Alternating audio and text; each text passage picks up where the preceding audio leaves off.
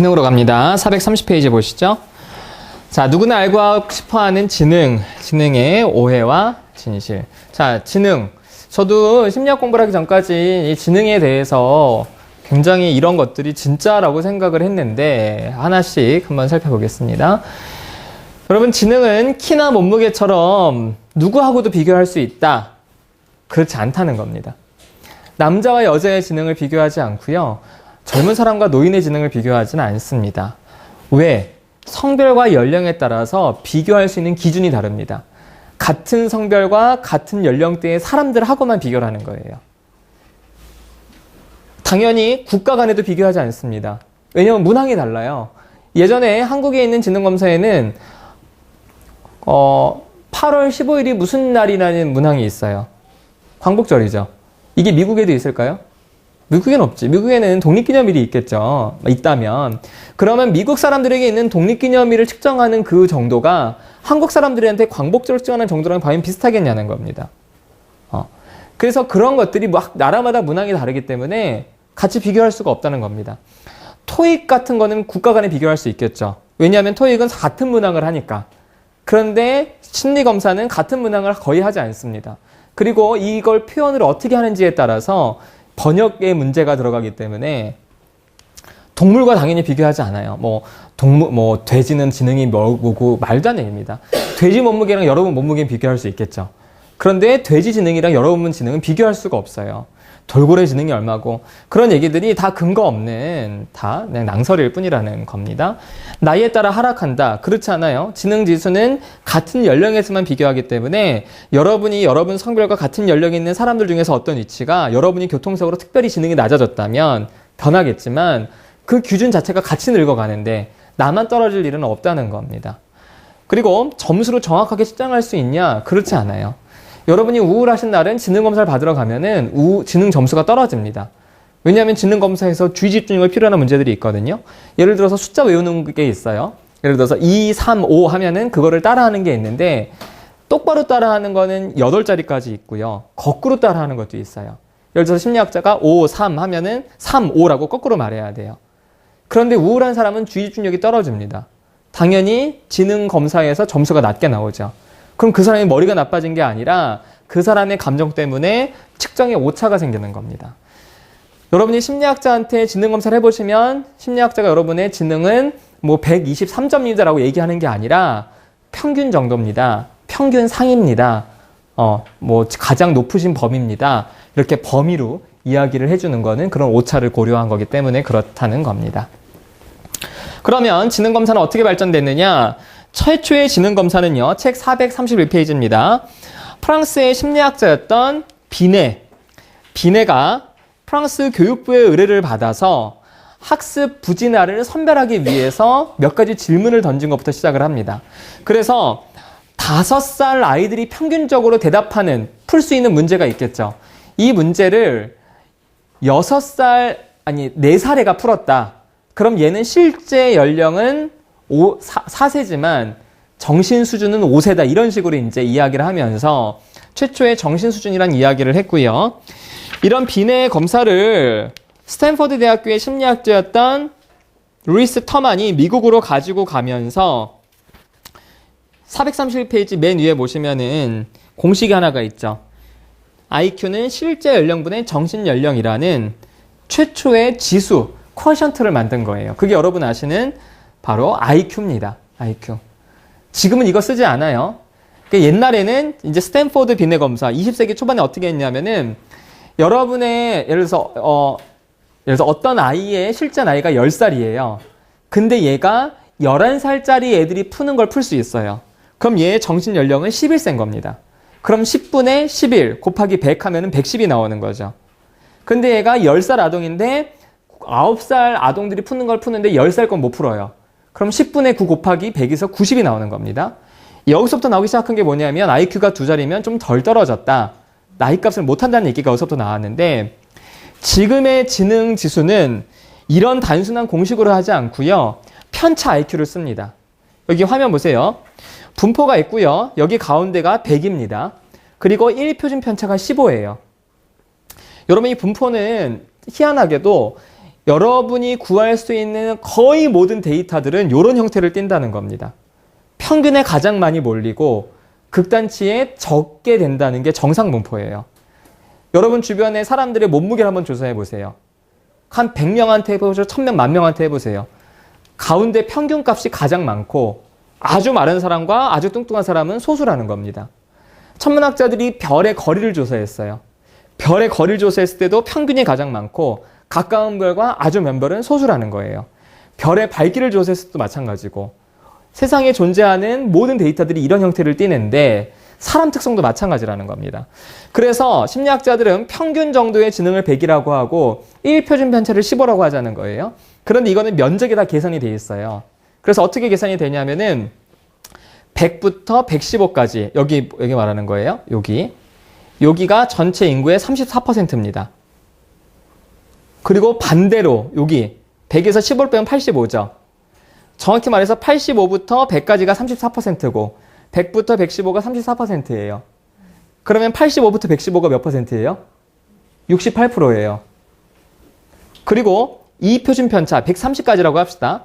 130까지 그리고 여기서 밑으로 70까지 70에서 130까지가 전체 인구의 95%입니다. 전체 인구의 지능이 극단적으로 낮은 2.5%를 우리는 지적장애라 그래요. 정신지체. 지능이 높은 상위 2.5%의 사람들을 영재라고 이야기를 합니다. 그러면은 대부분의 사람들은 지능이 70부터 130 사이에 있는 거고 이 기준으로 봤을 때 전 세계 사람들의 반은 IQ가 몇 자리예요? 2자리인 거예요. 여기서도 반은 IQ가 2자리야. 통계적으로 냈을 때는. 근데 그게 동물 수준이 아니라 사람들의 반은 2자리의 IQ를 갖고 있다는 겁니다. 그래서 IQ가 2자리라고 웃을 일은 아닌데 사람들은 여전히 옛날 방식처럼 생각을 한다는 거죠. 자, 지금 쓰이는 검사는 여러분 제가 좀 아까 말씀드린 게 433페이지에 제가 좀 서술 이렇게 해놨고요. 자, 지금 쓰이는 대표적인 지능 검사는 웩슬러라는 미국의 심리학자가 예전에 만들어 놓은 검사입니다. 그래서 성인 검사는 웨이즈, 아동 검사는 위스크, 유아용 검사는 윕시라고 하고요. 네. 여러분이 이 검사를 하시면 만약에 여러분이 어디 가서 성인용 심리검사, 지능검사를 받으시면 여러분의 4가지 능력이 점수화가 돼서 나옵니다. 전체 점수도 있는데 이 4가지 능력. 여러분이 언어적인 부분에서 얼마나 수행이 좋은가. 여러분이 단기 기억 능력에서 얼마나 뛰어난가. 이게 작업 기억이고요. 도형, 정신회전 검사라고 도형을 뒤집었을 때 어떤 모양이 될지 이런 걸 판단하는 지각적 추리에서 얼마나 빠른가. 여러분이 외부의 자극에 대해서 처리하는 속도가 얼마나 빠른지 이런 4가지 점수들로 나오기도 합니다. 뒤에 웩슬러 3까지는 크게 언어성과 동작성으로는 2가지만 나눴는데 지금은 4가지로 나눈다는 얘기를 여기다 쓴 겁니다. 자, 그 다음 지능이론 몇 가지 좀 더 살펴보고 넘어갈게요. 커텔이라는 심리학자는 지능을 크게 2가지로 구분했습니다. 하나는 유동성 지능이고 하나는 결정성 지능인데요. 435페이지 보세요. 거기 영어 보시면 유동성 지능은 영어로 뭡니까? fluid입니다. 그리고 결정성 지능은 뭐예요? crystallized죠. 유동성 지능은 flexible이 아니에요. 유동적이라고 하니까 굉장히 자주 변하는 것 같죠. 그게 아닙니다. fluid고 결정성이라고 하니까 determinant, 뭔가 결정되어 있는 이라고 생각이 드시지만 이어서 말하는 결정은 결정체 할 때 화학물질이 반응해서 결정체가 만들어가면 쌓이잖아요. 그런 의미입니다. 무슨 얘기냐? 유동성 지능은 시간이 지나면 감소되는 능력이에요. 가장 대표적으로 암기 능력이 그렇습니다. 그럼 이걸 왜 유동성이라고 하느냐? 이 번역이 좀 그런데요. 이 플루이드는 여러분이 갖고 있는 여러분의 몸 안에 혈액이나 땀이나 고름이나 이런 것들을 예전 의학자들은 플루이드라 그랬어요. 그래서 인간에게 4가지 플루이드가 있다. 뭐 담즙액, 혈액, 뭐 이런 거. 옛날에 이제 잘 의학이 발달하지 않았을 때. 그래서 이거는 굉장히 기질적인 겁니다. 이거는 나이가 들면은 감퇴되는 거고요. 그런데 결정성 지능은 경험으로 축적된 지능을 활용할 수 있는 능력이에요. 다시 말해서 나이가 들어도 일정하게 유지되거나 오히려 증가할 수도 있습니다. 쌓이는 지능을 말하는 거예요. 그럼 어떤 게 쌓입니까? 시간이 지날수록 여러분의 경험을 활용하는 능력은 쌓이겠죠. 그렇죠? 그래서 왜 젊은 사람들이 암기는 잘하는데 적용 능력이 떨어지고 나이가 들수록 그런 게 뛰어나는 어른들이 있어요. 그래서 유동성 지능은 젊은 사람들이 암기하는 능력이라면 결정성 지능은 시간에 따라서 축적되는 지능이다. 또 가드너라는 심리학자는 우리의 지능은 그렇게 단일한 지수로 표현될 수 있는 게 아니라 언어, 논리수학, 공간지각 요 세 가지 있죠. 언어, 논리수학, 공간지각이 전통적으로 지능이라고 알려졌던 것들인데 이거 이외에도 음악을 잘하는 것도 머리가 좋아야 되는 거고 운동을 잘하는 것도 머리가 좋아야 되는 거고 대인관계도 머리가 좋아야 되는 거고 자기 이해도 머리가 좋아야 되는 거고 자연탐구도 머리가 좋아야 되는 거다. 이렇게 이야기를 하는 거예요. 근데 정말 맞아요. 여러분 그 음악 못하는 사람한테 음악 알려주는 건 너무 힘든 일이에요. 그렇죠? 특히 이제 박치, 음치 그거는 아니 이렇게 해봐 하는데 잘 안 돼. 운동도 마찬가지죠. 운동도 여러분 김연아가 옛날에 스케이트 할 때 트리플 러츠? 들어도 몰라. 나한테는 안 보여요. 회전이 되는 게. 근데 그걸 캐치하는 사람이 있고요. 뭘 가르치면 직접 하는 사람이 있어요. 제가 오랫동안 좀 수영을 좀 했는데 전 수영이 힘들더라고요. 그러니까 선생님이 팔을 이렇게 하라고 했는데도 이게 잘 안 돼. 내가 머리가 나쁜 건 아닌데 이게 잘 안 돼요. 그런 것도 그 사람들의 독특한 능력이라는 겁니다. 그러니까 학교에서 공부만 잘해야 머리가 좋은 게 아니라 뛰어난 운동신경, 대인관계도 중요한 능력이라는 거예요. 자기 내면을 탐색하는 것도, 환경을 탐색하는 것도. 그래서 근데 이제 실존지능 요게 이제 가드너가 하나를 더 추가할 수 있는 지능이다 이렇게 얘기가 있었는데 이게 뭐냐면은 실존적인 문제에서 생각하는 것도 독특한 능력이라는 거죠. 무슨 얘기냐? 여러분 죽는 거를 다 알고 있나요? 여러분 언젠간 죽을 거라는 걸? 진짜 아시나요? 사람들은 거의 다 모르고 살아요. 세월호 사건 나고 유가족들이 사람들한테 여러분의 사랑하는 가족한테 사랑한다 많이 말하세요 라고 말해도 그때는 슬퍼서 우는데 막상 나는 안 죽을 것 같은 느낌이 있어서 우리는 그렇게 살지 못하죠. 그건 실존지능이 없는 거예요. 그래서 이 땅에서 보이는 것 이외에 어떤 그런 철학적인 사고나 어떤 종교적인 사고를 잘할 수 있는 사람들이 있고 그게 어려운 사람들이 있다. 그래서 이 실존지능도 이제 연구를 해서 넣을 거다 이런 얘기들이 있었고요. 셀러비는 인지적인 부분만 중요한 게 아니라 정서적인 부분도 중요하다라고 하면서 정서지능 이야기를 합니다. 정서지능. 근데 이 정서지능을 대중화시켰던 사람은 데니얼 골만이라는 사람이거든요. 데니얼 골만 436페이지 보시죠. 정서지능에서 두 번째 줄입니다. 많은 이들은 데니얼 골먼을 정서지능의 대표적인 학자로 알고 있으나 골먼은 심리학 박사학위를 갖고 있던 사람이긴 했지만 그는 기자였어요. 그런데 어느 날 셀러비 논문을 보게 됐고 그거에 착안을 해서 정서지능이란 책을 냈어요. 근데 이게 이 사람이 뉴욕타임스 기자였거든요. 이 뉴욕타임스에서 이 책을 엄청나게 밀기 시작한 거예요. 그래서 이게 엄청나게 대중화 인기를 끌면서 사람들 머릿속에 정서지능이라는 걸 확 심어주기 위해서 IQ와 반대되는 EQ라는 말을 쓰기 시작했어요. 그런데 여러분 Q는 쿼션트는 지수인데 이 지수는 검사가 있어야 나오는 게 지수거든요. 근데 정서지능은 검사가 없어요. 이건 개념적인 건데 이걸 마치 IQ보다 더 뛰어난 거다라고 얘기를 하면서 이제 전 세계 엄마들 사이에 EQ 열풍을 불러일으켰죠.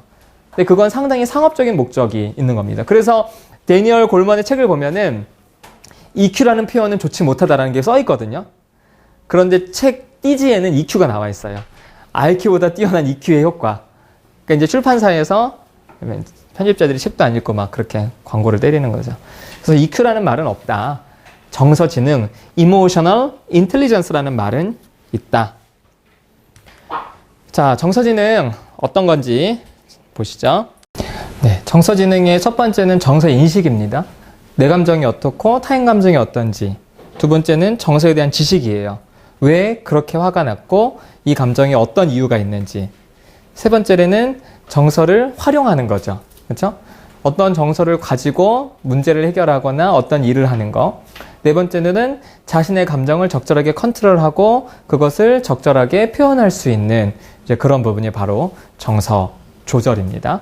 여러분의 정서 지능은 어느 정도일까요? 여러분은 어느 정도 정서를 인식하고 적절하게 표현하고 활용하고 있는지 한번 생각해 보시고요. 사실은 이런 부분들이 우리의 정신 건강에 매우 중요합니다.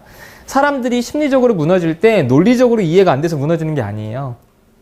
어느 날 갑자기 화나 분노나 불안이나 우울에 압도돼서 넘어지는 겁니다. 그래서 이제 그런 것들을 전문적으로 도와주는 사람이 이제 바로 상담하는 사람들인 거죠. 그래서 상담이나 심리치료는 그 사람에게 어설프게 조언을 하는 게 아니라 그 사람이 스스로 감당하지 못하는 그런 감정들을 계속 감정을 다루는 이제 일인 게 바로 실제 심리치료에서 많이 벌어지는 겁니다.